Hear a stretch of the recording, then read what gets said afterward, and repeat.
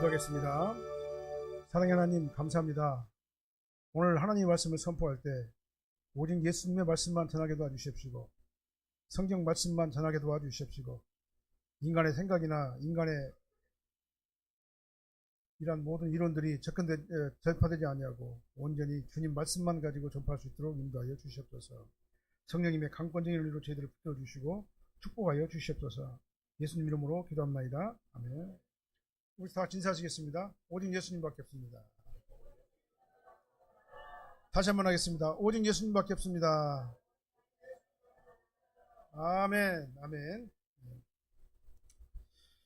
네, 오늘 본문의 말씀은요, 성화에 관한 말씀이에요. 두렵고 떨림으로 너희 구원을 이루라. 이렇게 말씀하셨죠. 하나님께서는 우리 이미 구원을 주셨어요. 구원을 주신 성도는요, 이제 성화의 생활을 해야 돼요. 우리가 예수 믿고 구원 받았으면은 바로 뭘 해야 되냐면 성화론적 회개, 성화의 삶을 살아야 된다 그 말이죠. 그래서 성화의 삶을 통해 가지고 자랑할 것이 있는 성도의 삶을 우리가 살아야 된다 그 말이죠. 사람들은요 누구나 다 자신들의 인생을 평가받기 마련이에요. 평가받을 수밖에 없습니다. 학생은 졸업식 때 평가받죠. 그다음 운동선수는 경기를 가지고 평가를 받습니다. 그다음 농부는 추수 때 열매를 가지고 평가를 받고, 우리가 죽으면 어떻게 됩니까? 그걸로 끝나는 게 아니잖아요. 우리의 모든 삶을 통해 가지고 하나님께서 그걸로 평가를 하시는 거예요. 사도 바울은 오늘 본문에서 그리스도의 날을 바라보고 있어요. 그리스도의 날. 그리스도의 날은 언제입니까? 예수님께서 재림하시고 심판하시는 날이 그리스도의 날이죠. 바울은 오늘 본문에서 그리스도의 날, 그날에 모든 사람은 심판대 앞에 서가지고 악인과 선인으로 나눠져가지고 악인은 지옥으로 던져지고 선인은 예수님과 함께 천국의 한 상속자가 된다, 이렇게 말씀하셔요. 그래서 하나님께서는 선도 악의 기준을 누구로 잡냐면 예수 그리스도를 기준으로 잡아요. 예수 안에 있는 자가 구원론적 입장에서 보면은요, 예수 안에 있는 자가 선한 자고 예수 밖에 있는 자가 악한 자예요. 선한 자가 천국에 가고 악한 자는 지옥에 가는 겁니다. 근데 그 선의 기준을 갖다가 예수님께서는 뭐라고 말씀하시냐면 예수님 안에 들어온 자가 선한 자다, 이렇게 말씀하셔요. 그리고 예수님을 믿고 예수님을 따라가게 되면은 우리는 선한 자, 의인이 되는 거다 그 말이죠. 사실은 우리는 의인이 될 만한 자격이 아무 것이 없어요. 우리 인간들은 너무나도 연약합니다. 부족한 것밖에 없습니다. 그래서 우리는 의인으로 내설 만한 아무런 것이 없어요. 한번 나를 생각해봐도, 나를 돌아보더라도 내가 의인이라고 할 만한 그런 아무런 내세울 게 없는 거다 이 말이죠. 하나님 앞에 섰을 적에 우리가 보편적으로 도덕적으로 윤리적으로야 상대적이죠. 조금 더 도덕적이고 조금 더 윤리적일 수는 있어요. 그러나 하나님 입장에서, 하나님 편에서 우리가 놓고 볼 적에 완벽하게 도덕적이고 완벽하게 윤리적일 수가 없단 말입니다, 사람들. 그렇기 때문에 예수님이 아니고서는 해결이 안 되는 거예요. 예수님께서 나 같은 죄인의 죄를 대속하기 위해서 십자가에 못 박혀 죽으셔가지고 내 죄를 다 사하시고 나를 죄와 사망 가운데서 건져냈었기 때문에 내가 하나님의 자녀가 된 거예요. 그러나 본문에서 말씀은요, 우리가 천국에 들어가는 건 맞아요. 동시에 하나님께서는 이 땅에서 살았던 우리의 삶도 하나님께서 평가하신다 그 말이에요. 우리는 구원받고 천국에 갑니다. 그 천국에 가가지고 하나님께서 우리를 평가하시는데, 이 땅에서 우리가 성도의 삶을 어떻게 살았는가에 대해서 하나님께서 상급으로 우리에게 평가를 하신다 그 말이에요. 그래서 그리스도의 날에 내가 자랑할 것이 있다 이 말에 보면, 자랑할 것이 있다는 말은 뭔 말입니까? 상급이 있다 그 말이잖아요. 그래서 우리는 여기서 중요한 질문을 하나 우리가 생각해 봐야 돼요. 나는 과연 주님 앞에 무엇을 가지고 갈 수 있는가? 내가 주님 앞에 무엇을 가지고 마지막 날에 자랑할 것이 있을 것인가? 많은 사람들은 세상에서 성공한 것을 자랑이라고 생각을 해요. 근데 천국에 가면 그 뭔 소용이 있어요? 아무 필요 없죠. 내가 세상에서 성공한 것이 천국에서 무슨 소용이 있어요? 아무 소용도 없죠. 세상에서 성공한 것을 자랑하고, 그러나 주님은 우리의 학력이나 재산이나 직위나 명예 따지는 그거랑 관심이 없어요. 그건 물어보지 않아요. 네가 예수 안에 있었느냐?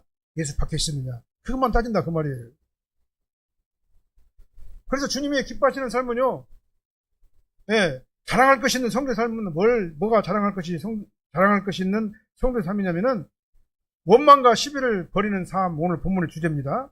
그 다음에 흠이 없고 순전한 자녀의 삶, 그 다음에 생명의 말씀을 드러내는 삶, 이 사람을 가지고 마지막 날에 그것으로 자랑할 것을 찾으신다. 그 말이죠.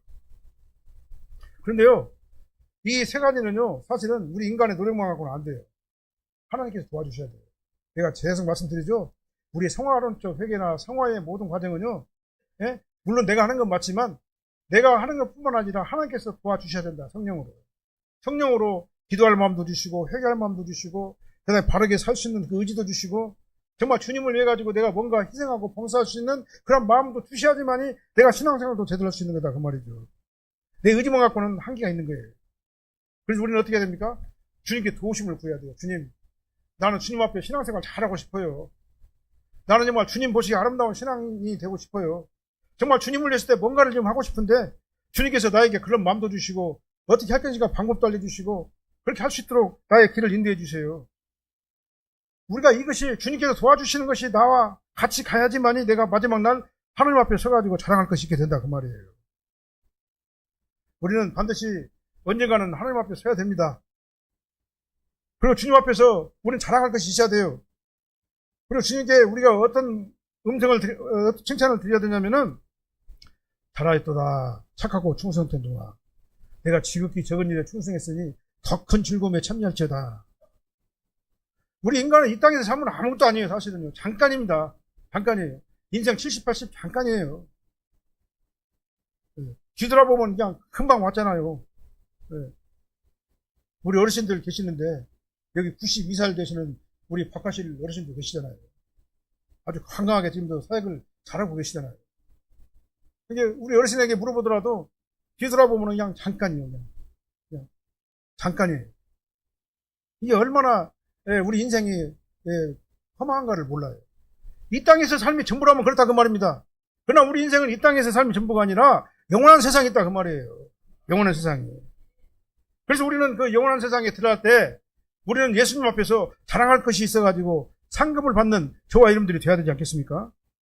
그래서 오늘 본문의 말씀은 자랑할 것이 있는 성도의 삶이에요. 첫 번째는 원망과 시비를 버리라고 그랬어요. 14절 말씀 같이 한번 읽어보게요.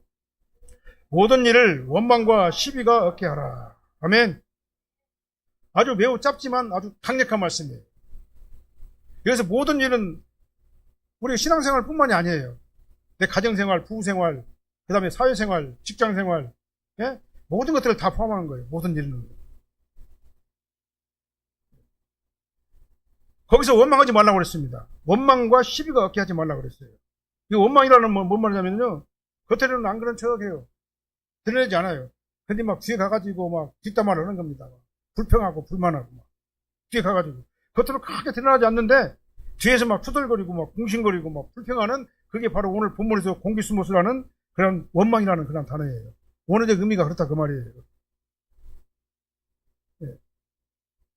그러니까 이 원망이라고 하는 것은 환경에 대한 불평을 넘어가지고 하나님의 주권과 인도하심을 신뢰하지 못하는 불신앙적인 태도가 바로 원망인 거다 그 말이에요.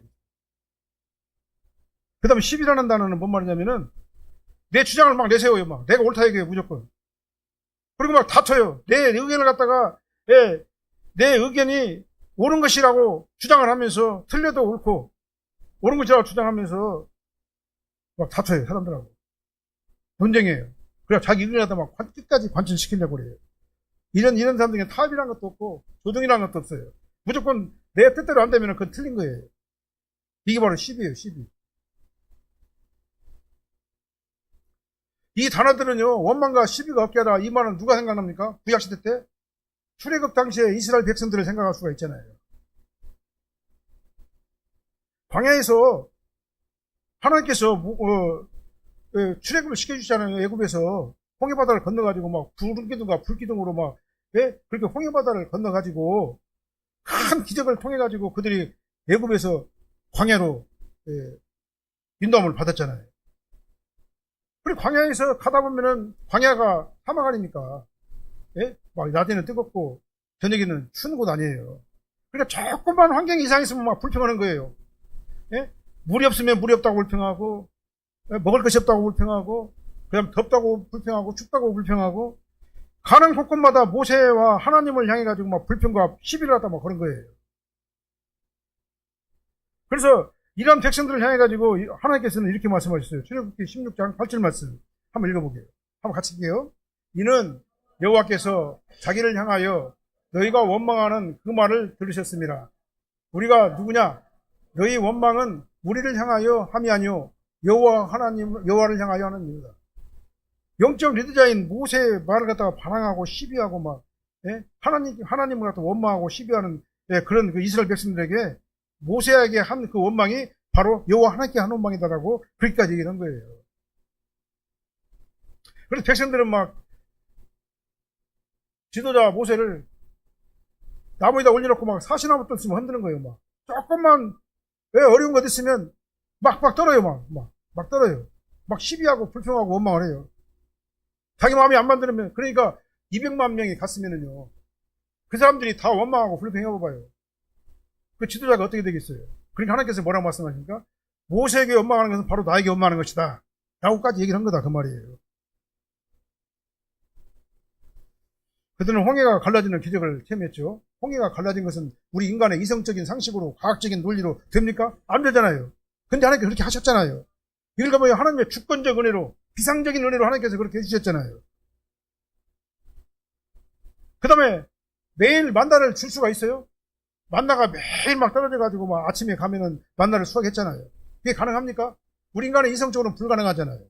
근데 하나님께서는 비상적인 방법으로, 정상적인 방법으로는 안 되지만은 하나님께서는 이스라엘 백성들을 광야에서 40년 동안 인도내시려고 하나님께서 기적과 아주 비상적인 방법으로 하나님께서 그들 갖다가 만나를 주고 내추라기와 생수를 갖다 주고 그다음에 물도 주고 광야에 생수도 내리게 하시고 불기둥과 불기둥으로 계속 인도하시고 그렇게 인도함을 받았잖아요. 이스라엘 백성들이. 은혜 받을 건 다 받았어요. 그들은요. 하나님께서 그들 갖다가 어떻게 했습니까? 옷이 헤어지지 않냐고 함부로 옷이. 왜 신발이 헤어지지 않았다고 그랬어요. 아무것도 없는 것 같은데 아무것도 부족함이 없는 상태가 바로 이스라엘 광야 생활했었다 그 말이에요. 그들이 한 것이 뭡니까? 없잖아요. 이렇게 현실적으로는 도저히 불가능한 상태에서 하나님께서 은혜로 그들을 광야에서 광야를 40년 동안 인도하셨다 그 말입니다. 이렇게 하나님께서는 애굽의 종살이에서, 애굽은 세상을 상징하죠. 이 세상의 종으로 있던 나를 예수님께서 십자가 피를 흘리셔가지고 나를 죄와 사망 가운데서 건져내셨잖아요. 이스라엘 백성들을 광야로 인도해 주셨죠. 광야교회로 인도해 주셨잖아요. 근데 눈앞의 환경이 조금만 불편하고 힘들면은 불평하고 원망하고 시비를 한다 그 말이에요. 나 신앙생활 못하겠다 이거 진짜. 저 교회 아니면 교회 아니냐. 내가 원하는 대로 가야 되겠다. 우리 교회 뭐 얘기하는 거 아니에요. 이스라엘 백성들이 진짜 그렇다 그 말이에요. 그렇게 생각을 한다 그 말이에요. 당시 빌립보 교회 형편이 그랬다 그 말이에요. 빌립보 교회는 아주 굉장히 귀한 교회입니다. 바울이 빌립보 교회를 갖다 세워가지고 바울이 전도할 때마다 빌립보 교인들은 바울을 갖다 도왔어요. 성경금도 주고 기도도 하고 그 다음에 여러 가지 많은 것들을 갖다 도와준 게 바로 빌립보 교회였어요. 하지만 이 빌립보 교회는요 그렇게 열심히 사도 바울의 선교 여행을 갖다 돕고 사역을 갖다 도왔지만은 그 교회 역시 완전한 교회는 아니었다 그 말이죠. 교회 안에는 성도들 사이에 갈등과 분열의 위험이 있어요. 항상요. 그 다음에 교회 밖에서는 복음 때문에 받는 박해와 거짓 교사들의 공격이 있었습니다. 사도 바울이 있었을 당시 그렇게 했다 그 말이에요. 이런 상황 속에서 사도 바울은 성도들에게 이 문제의 원인을 뭐라고 할까 외부에서 찾지 말고 너희 자신에서 찾으라 이렇게 말씀하고 있어요. 그 말 뭐말까? 원망과 시비가 없게 하라 이렇게 말씀하셨어요. 우리가요 공동체에서 신앙생활을 하면서 원망을 하게 되면요 공동체를 무너뜨리는 거가 되는 거예요. 시비는 관계를 깨트려버려요. 그런 사람들은 예수님 앞에서 자랑할 것이 아무것도 없어요. 하지만 감사와 겸손을 가지고 우리가 교회를 서로 막 세우고 하나님의 교회를 갖다 서로 세워나가는 그런 사람들은 어떻게 합니까? 그런 사람들은요, 하나님을 신뢰하며 순종하는 사람이다. 그 말이에요. 하나님 앞에 자랑할 것이 있는 사람이에요. 어떤 농부가 있었어요. 그런데 날마다 하나님 앞에 불평했어요. 비가 오면 하나님 왜 비가 와요? 비가 안 오면 하나님 왜 비가 안 와요? 비가 오면 비가 온다고 불평하고, 비가 안 오면은 비가 안 온다고 불평을 했어요. 그 농부가. 그러니까 어느 날 하나님께서는요, 그에게 소원을 들어줬어요. 그래요? 그러면 네 마음대로 해라. 네가 원하는 대로 날씨를 한번 조절해봐라. 농부는 막 신이 나가지고 아주 그냥 자신만의 완벽한 날씨를 만들어가지고, 예, 막 물도 주고, 자기가 원하는 때 막 물도 막 주고, 햇빛도 막 아주 적당하게 하고, 예? 그렇게 가지고 막 자기가 원하는 대로 그 날씨를 조절해버렸어요. 그러면 잘 될 것 같으죠. 근데 반전이 일어났어요. 곡식이 알곡이 하나도 열매를 연결질 않았어요. 그리고 죄다 쭉쭉쟁이로 다 남아버렸습니다. 그리고 농부가 하나님한테 물었어요. 하나님, 내가 이렇게 적당한 기후, 적당한 환경, 적당하게 이렇게 다 해가지고 계속 유지를 시켰는데 왜 열매가 없어요? 라고 물어봤어요. 그러니까 하나님께서는 뭐라고 말하냐면은 이렇게 말씀하세요. 이게 예예요. 폭풍과 가뭄을 견디며 뿌리를 깊이 내렸어야 했는데 네가 그것을 다 없애버리고 계속 좋은 기후와 환경만을 제공했기 때문에 열매가 없었던 것이다. 알곡이 맺히지를 못했던 것이다. 라고 이게 비유적인 설명이에요. 이 세상에서 우리가 고난을 받고 어려움을 당하는 것은요, 그것이 필요가 없는 게 아니라 유익한 거예요. 우리를 연결케 합니다. 열매를 맺게 하는 겁니다. 그게요. 네? 우리는 늘 고난이 없는 온실 속에서만 살기를 원해요. 그러나 하나님께서는 때로는 우리에게 거친 고난도 주시고 어려움도 주시고 우리가 겪어야 될 그런 여러 가지 환난과 어려움도 주신다. 그 말입니다. 그 과정에서 하나님께서는 우리를 영적으로 성숙하게 만드신다. 그 말이에요. 열매를 맺게 하신다. 연걸어지게 하신다. 그 말이에요.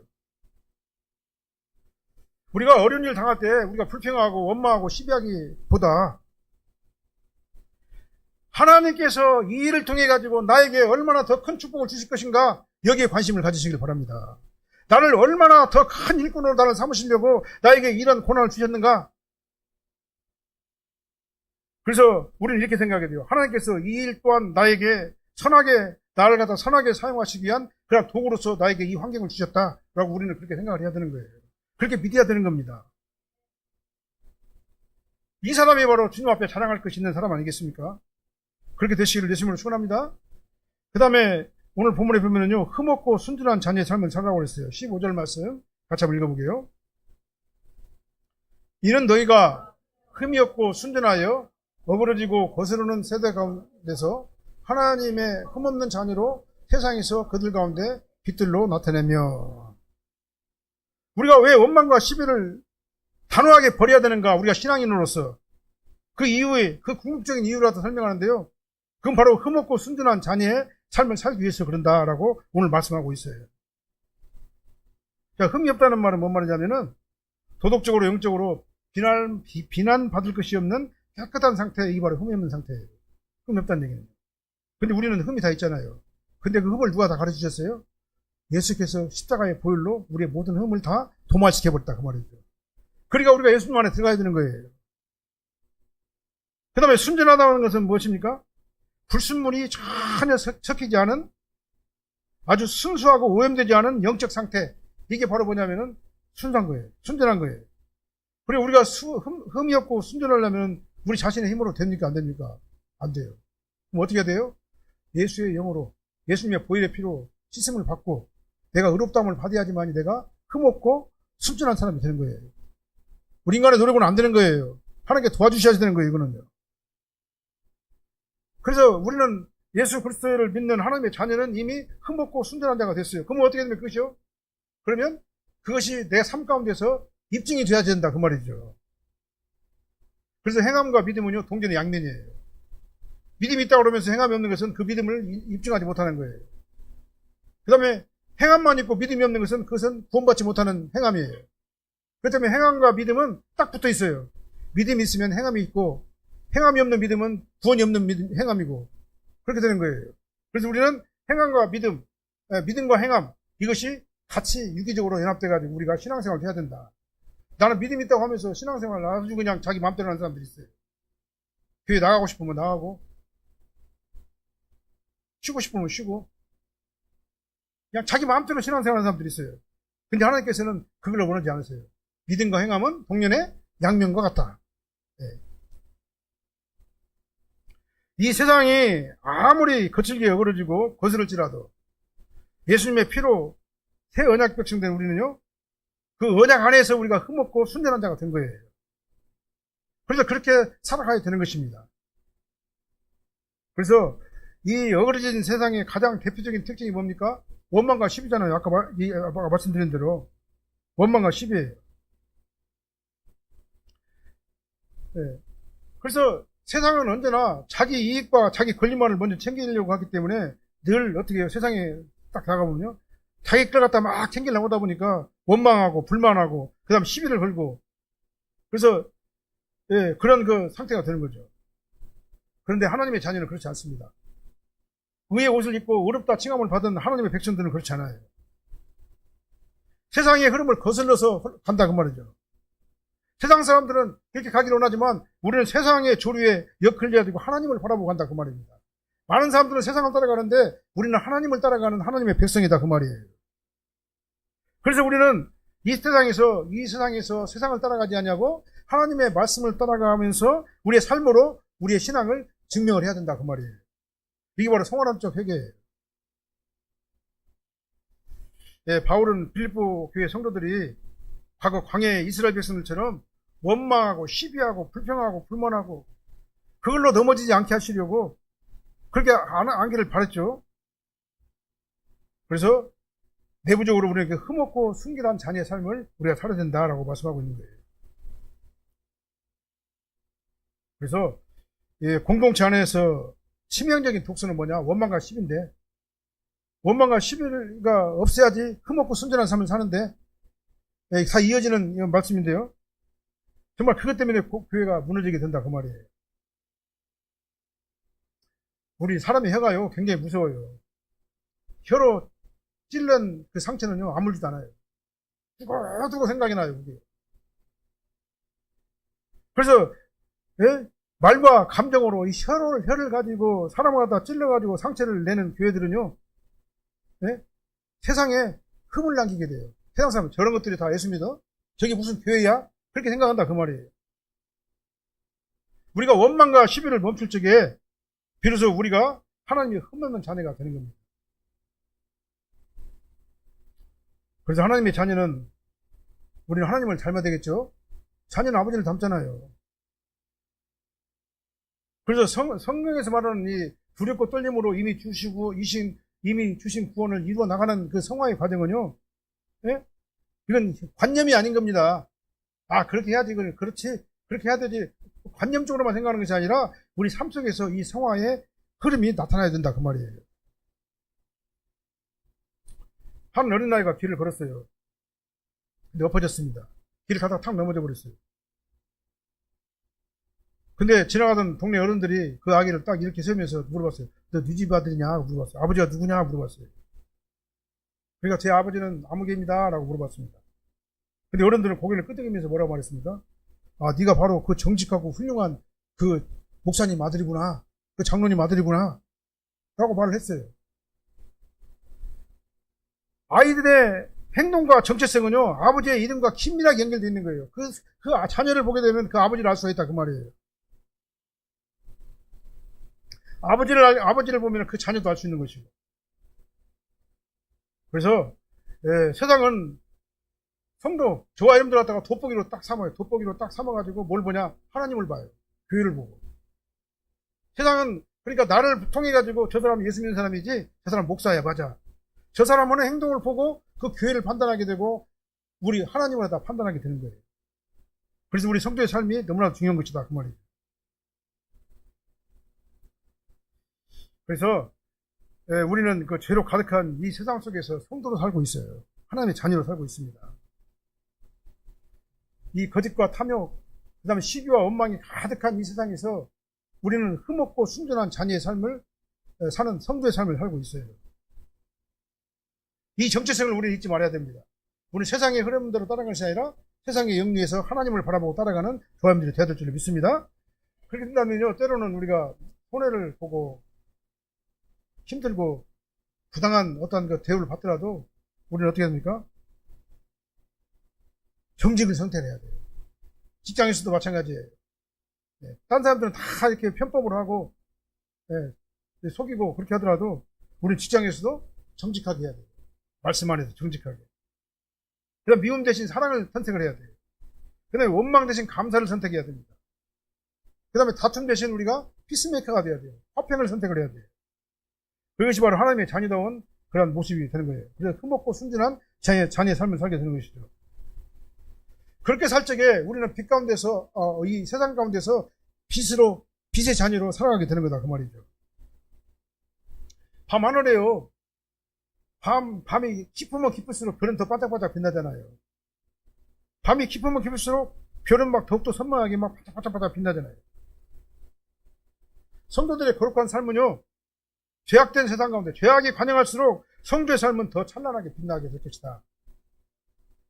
우리 사랑학교의 모든 성도님들은 이 죄로 오염된 이 세상 속에서 하나님의 자녀의 삶을 사시기를 바랍니다. 흠없고 순전한 하나님의 자녀의 삶을 사시기를 바랍니다. 그렇게 하기 위해서 원망과 시비가 없는 그러한 우리의 삶을 사시기를 예수님으로 축원합니다. 그 다음에 세 번째로 보면은요, 생명의 말씀을 드러내는 삶이라고 그랬어요. 16절 말씀 한번 읽어볼게요. 생명의 말씀을 밝혀 나의 다름질이 헛되지 아니하고 수고도 헛되지 아니하므로 그리스도의 날에 내가 자랑할 것이 있게 하려 함이라.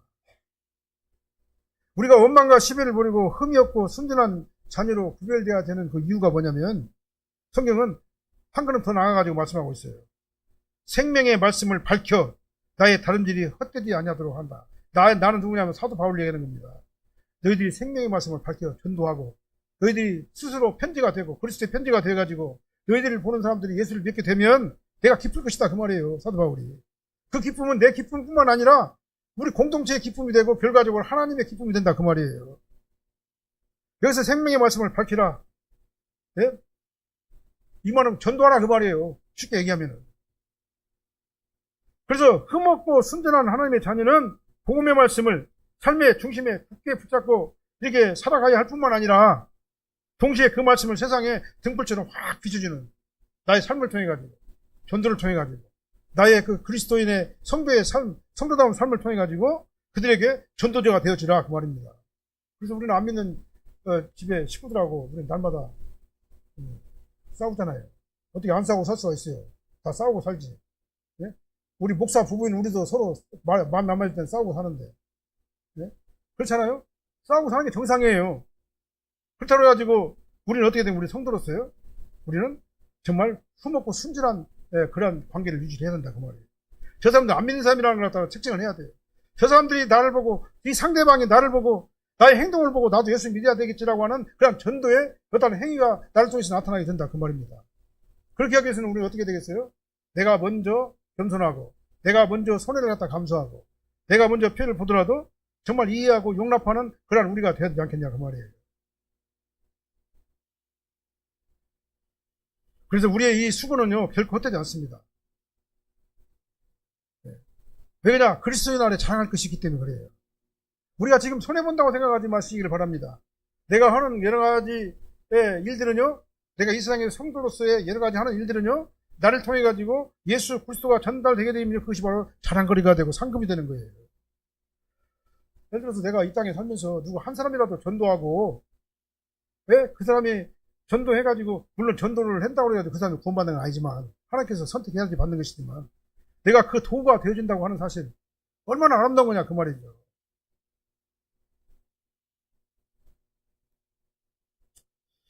예를 들어서요, 도자기 만든, 내가 오늘 예를 좀 많이 드는데요. 도자기를 만든 장인들이 도자기를 굽잖아요. 막 좋은 흙을 고르는 일부터 시작해가지고, 그 다음에 보이지 않는 불순물을 골라내는 것부터 시작해가지고, 수십 번, 수백 번 무릎을 꿇고 막 흙을 반죽을 해가지고, 모양을 딱 잡잖아요. 모양을 딱 잡은 다음에, 또 어두운, 건조한 그 그늘에다가 말리잖아요. 말리고 난 다음에 천도가 남는 그 화로 속에 들어가가지고, 도자기를 다 집어넣고, 밤을 새워가면서 그냥 불의 온도를 맞추잖아요. 불의 온도를 잘못 맞추면 안 되니까, 나는 잘 모르지만 불의 온도를 잘 맞춰야지만 되기 때문에 거기 불 화막에 대해서 나오들 못해요. 그냥 노심초사 애씁니다. 그래서 뜨거운 열과 싸워야 되고 연기와 싸워야 되고 눈물을 흘리면서도 불 앞을 떠나지 못해요. 왜 그냥 온도 조절을 잘 해야 되니까. 그런데 마침내 그 모든 과정이 끝나고 난 다음에 이 도자기가 아주 그냥 은은하고 막 영롱한 그런 그 도자기가 색깔을 갖다 빛게 됐을 적에 그 장인은 뭐라고 말해요? 내가 이렇게 수고한 것이 결코 헛되지 않았구나. 그리고 기뻐할 거다 그 말이죠. 우리 삶도 그런 삶이 되어야 될 줄로 믿습니다. 우리가 지금 현재는 어렵고 힘들지만은 최선을 다해서 주님을 위해 가지고 우리가 헌신하고 노력하고 정말 내 가정을 위해서 우리의 공동체를 위해 가지고 우리가 노력한 그것이 나중에는 뭐가 됩니까? 이게요? 작품으로 변하게 되는 거예요. 아주 멋있는 도자기가 되는 겁니다. 네. 이 가마 속에 이 고단했던 시간이 단 하나뿐인 영광스러운 작품으로 탄생을 했기 때문에 그래요. 저와 여러분들의 삶도 이와 같이 될 줄을 믿습니다. 우리는 이 어두운 세상 속에서 하나님의 말씀들을 살기 위해서 우리가 날마다 치열하게 몸부림을 치고 있어요. 말씀에 순종해가지고 원망과 시비가 없이 하고 노력하고 그 다음에 가정과 직장에서 하나님의 자녀답게 살아가고 흠없는 하나님의 자녀로 우리가 살아가면서 정말 생명의 말씀을 드러내는 그런 삶을 살게 되면 누가 기뻐하시겠습니까? 하나님께서 기뻐하세요. 그리고 우리는 하나님 앞에 뭐가 있습니까? 자랑할 것이 있어요. 우리가 신앙생활을 하면서 자랑할 것이 뭐가 하나 있어야 될 것 아니겠습니까? 그래서 우리는 정말 진실하게 우리가 이 땅에서 성도로서의 삶을 잘 사시기를 예수님으로 축원합니다. 그리스도의 날이 오게 되면 나의 모든 행위가 다 드러나게 돼 있다. 내가 얼마나 최선을 다해가지고 신앙생활을 하면서 주님을 위해 가지고 헌신했는가 그를 갖다가 알게 된다 그 말이에요. 그래서 그날에 우리는 주님 앞에 고백할 거예요. 내가 헛되이 다름질하지 않았구나. 내가 주님 앞에 자랑할 것이 있구나. 내 삶이 정말 아주 값진 삶이었었구나. 주님, 나는 이걸 갖다 주님 앞에 드리고 싶어요. 주님께서 내 자랑거리 이걸 갖다 받아주세요. 이거 구원하고 관계된 게 아니라고 했어요. 상급하고 관계된 것이죠. 그때 그 상급을 받으시기를 예수님으로 축원합니다. 그래서 우리는요, 지금 현재 우리가 신앙생활 하는 것 때문에 어렵다고 힘들다고 낙심하지 마시기 바랍니다. 그게 다 자랑거리예요. 그게 다 상급거리예요. 그런 것들을 통해 가지고 하나님께서는 저와 여러분들을 기쁘게 받으실 거다 그 말이죠. 예. 우리는 주님 앞에서 마지막 날 잘했다 착한 종아 네가 지극히 적은 일에 충성했으니 큰 즐거움에 참여할지어다. 이 음성을 듣는 저와 여러분들 되시기를 예수님으로 축원합니다. 기도하겠습니다. 사랑하는 하나님 감사합니다. 저희들은 부족하고 연약한 것밖에 없습니다. 이 땅에서 저희들이 성도의 삶을 살게 도와주십시오. 정말 원망과 시비가 없는 삶을 살게 도와주십시오. 흠이 없고 순전한 아버지의 자녀의 삶을 살아서 정말 나를 통해서 내가 전도지가 되게 도와주십시오. 나의 삶을 통해서 내 가정의 아버지의 가족들이 구원받게 도와주십시오. 내 삶을 통해 가지고 내 전도를 통해서 아버지의 저들이 변화받게 도와주십시오. 정말 그러한 가정, 그러한 교회, 그러한 저와 우리 사랑교회 성도님들이 다 되게 도와주십시를 간절히 간구하고 원합니다. 그래서 저희들이 마지막 날 주님께서 오시는 날 자랑할 것이 있는 저희들이 되게 도와주십시오. 자랑할 것을 주님 앞에 내놓을 수 있는 저희들이 되게 하여 주시옵소서. 예수님 이름으로 축복하며 기도합나이다. 아멘.